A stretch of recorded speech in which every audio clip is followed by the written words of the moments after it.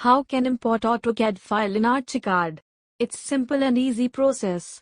First of all, open Archicad and then select SketchUp file and open. After that, basic process done in the plan and see in the Archicad platform. You can more understand in video.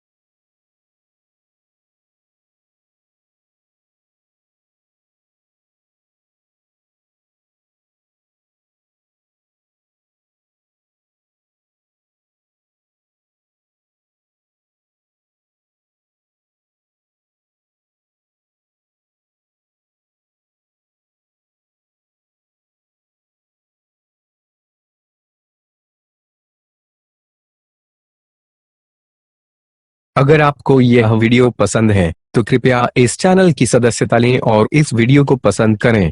अगर आपके पास video के लिए कोई सुझाव है तो कृपया टिप्पणी करें।